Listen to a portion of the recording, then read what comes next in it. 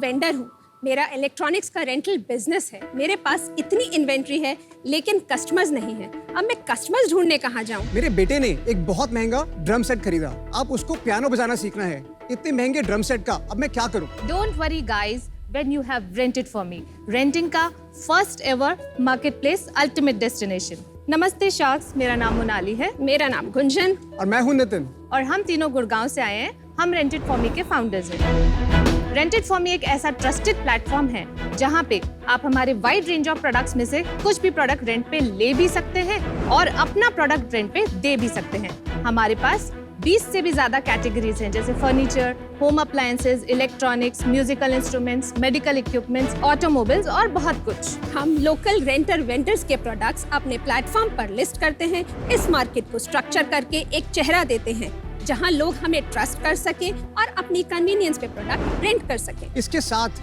आप हमारी mobile application पे अपने पर्सनल प्रोडक्ट्स लिस्ट करके रेंट पे डाल सकते हैं, जो बन सकती है आपकी एक्स्ट्रा इनकम। हमने हमारी जॉब्स छोड़कर रेंटेड फॉर मी की शुरुआत 2023 में की थी और आज हमारे पास 400 से भी ज्यादा वेंडर्स और 6000 से भी ज्यादा प्रोडक्ट्स अवेलेबल हैं। हम चाहते हैं रेंटिंग इंडस्ट्री का अमेज़न बनना। हमारी आस्क है 1.5 crores for 5% equity. So sharks, why buy when you can rent? Welcome to Shark Tank, guys. Thank you, Aman. you. First, tell me, are you guys related to each other by any chance? Yeah, so Monali is my wife and अच्छा। Gunjan is my sister. Oh, nice. ये आपने start कब किया था? 2023 जुलाई में launch करी है। अच्छा, बट उससे पहले आप लोग क्या करते थे? थोड़ा अपना बता दो अपने बारे में। मैंने अपनी स्कूलिंग दिल्ली से करी है। मैं एक इलेक्ट्रॉनिक्स एंड टेलीकॉम इंजीनियर हूँ। मैंने टेलीकॉम कंपनीज जैसे भारती एयरटेल, ह्यूग्स में 16 इयर्स जॉब करी है। 16 years. Wow. मैंने अपनी स्कूलिंग जयपुर से कंप्लीट करी है। उसके बाद मैंने बायोटेक्नोलॉजी में बीएससी करी है। मैंने एमईटी नोएडा से एमबीए किया है। मैं गोल्ड मेडलिस्ट हूँ, अपने बैच टॉपर हूँ। वहाँ से मेरा अर्नस्ट एंड यंग में कैंपस प्लेसमेंट हुआ था। मैंने almost 14 years Ernst and young में काम किया है और जब मैंने जॉब छोड़ी मैं वाइस प्रेसिडेंट थी स्ट्रैटेजी एंड ट्रांजैक्शंस टीम में। मैंने स्कूलिंग करी है डॉन बॉस्को स्कूल दिल्ली से। उसके बाद मैंने इंजीनियरिंग करी है इलेक्ट्रॉनिक्स एंड कम्युनिकेशंस में। उसके बाद IIFT Indian institute of foreign trade Delhi से मैंने MBA किया है और IIM कोझिकोड से मैंने स्ट्रैटेजी में स्पेशलाइजेशन करी है। उसके बाद मैंने 16 इयर्स जॉब करी है। मैंने कंपनीज में काम करा जैसे भारती, नोकिया, एरिक्सन। मैं 8 साल सिस्को में मैंने सेल्स हेड करा है। भाई आप लोग तीन में इतनी क्वालिफिकेशंस हैं, मैं घबरा गया थोड़ा यार। I feel so underqualified. Thank you sharks, means a lot to us. क्या बात? हाँ। तो इसमें आपकी सबसे बड़ी कैटेगरी रियल एस्टेट है? No, no. ओके। अभी हमारा सबसे हॉट सेलिंग कैटेगरी है इलेक्ट्रॉनिक्स एंड होम अप्लायंसेस। क्या परसेंट है सेल्स का electronics and home appliances? Almost 80%। Oh, so majority. कैसे? Like fridge, washing machine? Yes. ये कुछ समझ में नहीं आया, लेकिन ये काम तो ऑलरेडी हो चुका है। लोग वहाँ पर बिजनेसेस अच्छी बना चुके हैं। I think Furlenco is one. There is one more player that is doing well. बाकी सब ने दुकानें बंद कर ली है।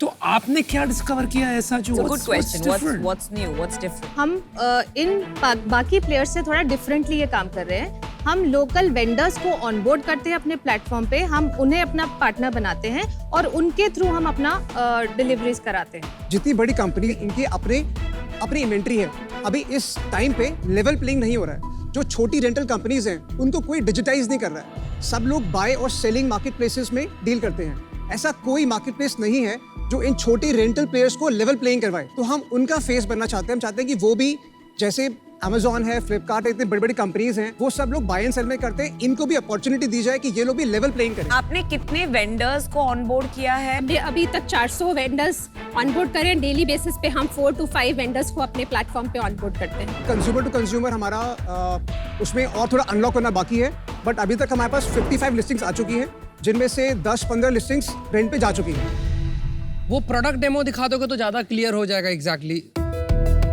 शार्क्स, ये हमारी वेबसाइट है। यहाँ हम सारी प्रोडक्ट्स कैटेगरीज देख सकते हैं। रेंटल ड्यूरेशन चूज करेंगे। मिनिमम कितना है rental duration? 3 months for businesses. जो कंज्यूमर की लिस्टिंग है वो 1 डे के लिए भी हो सकती है। अच्छा, 1 डे? हाँ जी। एंड लाइक एक खोलिए एसी का 3 months का कितना रेंट होगा? ये एड टेक ऑन रेंट पे हम क्लिक करेंगे। अब यहाँ से हम स्टार्ट डेट सिलेक्ट करके इसका रेंटल ड्यूरेशन चूज कर सकते हैं। हाँ, तो 3 months पे जाइए। स्टार्ट डेट सिलेक्ट करेंगे हम यहाँ से। अब यहाँ पे हम ड्यूरेशन सिलेक्ट करके इसको ऐड टू कार्ट कर लेंगे। कार्ट से हम इसको पे करके ट्रांजैक्शन क्लियर कर देंगे और पेमेंट होते ही एक आपके मोबाइल पे और ईमेल पे आपको ऑर्डर कंफर्मेशन डिटेल्स और डिलीवरी डिटेल्स शेयर कर टोटल आपने एडवांस में ले लिया 3 महीने का रेंट या 12 महीने का रेंट भी एडवांस में लेते हैं। राइट तो 13,000 रुपया वो एसी के लिए राइट फॉर 3 months रेंट। और ये 2 टन का एसी नया कितने का? मोर देन 45 45 तो मतलब ये नया एसी हो गया। नया एसी रिफर्बिश्ड एसी अगर मुझे लेना हो तो 20-25 हजार में मिलेगा और 13,000 में दे रहा हूँ रेंट के लिए for 3 months। Why will I not buy a new one? तो होता क्या है कि जो ये जिसके लिए रेलिवेंट है वो बहुत सारी मूविंग पॉपुलेशन है। आज की डेट में बहुत सारे लोग ऐसे हैं जो बॉम्बे में जॉब करते हैं, कल उनका दिल्ली ट्रांसफर हो गया तो वो 3 महीने के लिए दिल्ली जाएंगे, तो वो शॉर्ट टर्म यूज है, तो वो लोग कितना सामान खरीदेंगे। सेकंड चीज जो मेंटेनेंस होती है वो मेंटेनेंस आपको नहीं देनी पड़ती, वो वेंडर मेंटेन करता है। ये फिर भी लोग करना नहीं चाहते, उनको लगता है कि मैं खरीद के निकाल दूं अगर सेकंड हैंड में तो वो चीपर पड़ेगा, क्योंकि ये 3 months के लिए बहुत ज्यादा पर मंथ कॉस्ट पड़ जाती है, वायबल नहीं रहता है। तो अभी आपका बिजनेस कितना बड़ा हो गया स्केल? हमने जुलाई 23 में शुरू किया था और हमने आज तक 1.42 करोड़ कर लिए, लास्ट मंथ कितना किया? 23.24 लाख। उसमें आपका मार्जिन?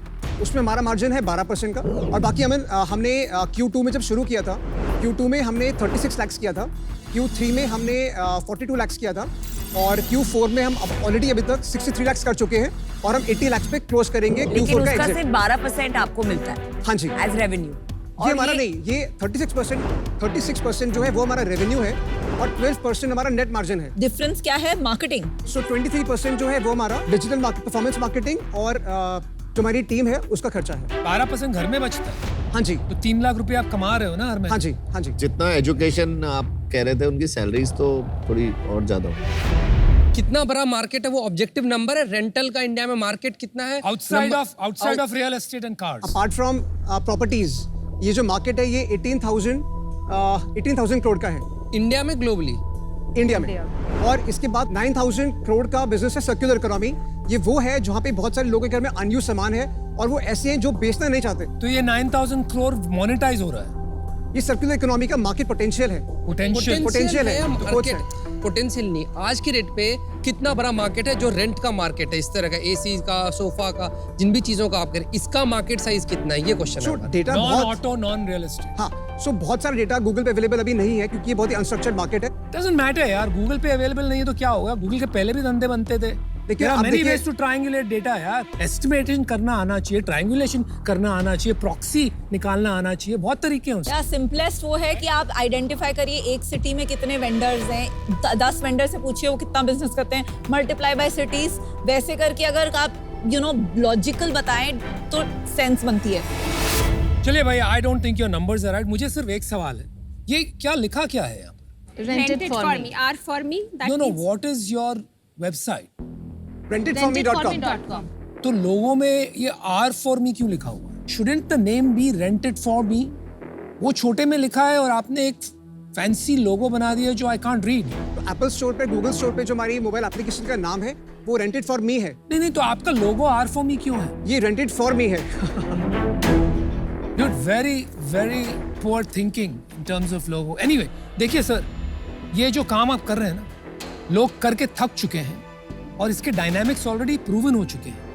इसके इकोनॉमिक्स नहीं बैठते हैं। दूसरी बात, आपकी जो अंडरस्टैंडिंग, जो प्रश्न सवाल से पता चल रहा है ऑफ बिजनेस, राइट, जो इस तरह से आप मार्केट साइज बता रहे हैं और जो मार्केट प्लेस के डायनामिक्स होते हैं जो ऑलरेडी अभी एस्टैब्लिश हो चुके, that is coming across as very poor. Finally आपकी कंज्यूमर बिजनेस की जो सेंस है वो भी मुझे डाउटफुल लग रही है क्योंकि आपका लोगो देख रहा हूँ, इट्स एंटायरली सेंसलेस। अब शार्क टैंक पे खड़े हुए हैं, biggest opportunity to advertise your brand so that you can increase your business, और आप खड़े हुए लेके R for me। So I am sorry but I am very disappointed because it's reflecting very poor judgement on you. इन 3 वजह से मैं out हूँ। Good luck. I don't think अभी आपका ऐप भी ज़्यादा यूज़र फ्रेंडली है। For instance basic things like जब मैं लिस्टिंग देख रही हूँ एसी की तो एक जेनेरिक पिक्चर दिख रही है मुझे, जो एसी मुझे मिलेगा उसकी पिक्चर नहीं दिख रही है। मतलब मार्केट प्लेस का biggest thing is that come search results आए पर जो आए उनमें reviews, ratings, correct pictures, authenticity आए जिससे ट्रस्ट बने। ये वाले मार्केट प्लेस देख के मुझे तो फेक वेबसाइट वाली फीलिंग आई, मुझे ट्रस्ट बनेगा ही नहीं कि मैं वहां से ट्राई करूं। तो आई don't think this business is investable at the moment. I am out. बहुत बार हम शार्क्स एक दूसरे से लड़ झगड़ते हैं because we want a deal. वो जो एक एंटरप्रेन्योर को देख के एक फीलिंग आता है कि आई वांट दिस डील, वो दो वजह से आता है। Either they are so sharp in their thinking, in their pitch, कि लगता है वाओ यू नो बंदे पे बैठ लेना है या बंदी पे बैठ लेना है। और then secondly the numbers, numbers देख के यू नो आंखों में चमक आ जाती है, राइट? आपके पिच में भी कन्विक्शन नहीं था, इतने हमने सवाल पूछे but you are not able to give us answers which convinced us. Secondly आपके नंबर्स भी बहुत पुअर है, that is the reason I am out. मेरे को वो समझ आया जो आप तीनों को समझ आया है, आप लोगों ने बहुत बड़ा रिस्क लिया है। I don't think I can support you here. Financial matrices भी मेरे को नहीं लगता ये कभी मैच करेंगे, और ये इन्वेस्टमेंट इतने पैसे मेरे कभी वापस आएंगे। सो अनफॉर्चुनेटली मैं इससे आउट हूँ। जब इंटरनेट बना था ना, इंटरनेट पे पता है सबसे पहले कौन से बिजनेसेस बने थे? शादी.com का फॉर एग्जांपल लेते हैं, नौकरी.com का एग्जांपल लेते हैं, या फिर हम मेक माई ट्रिप का एग्जांपल लेते हैं। इंटरनेट पे जो सबसे पहले बिजनेसेस बने थे वो मार्केट प्लेसेस बने थे। ये बहुत ऑब्वियस बिजनेस था कि कुछ लोगों को डिमांड होगा, कुछ का सप्लाई होगा, इनको इंटरनेट मिला देगा और वो बिजनेसेस बन जाएंगे।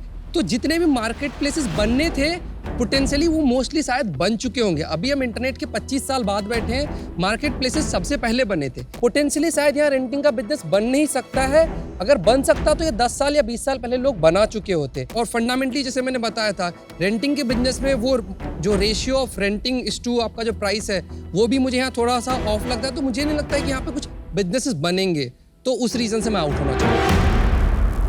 Thank you so much, Thank guys. you. All the Thank you, best. guys. All the best. Thank you. Bye.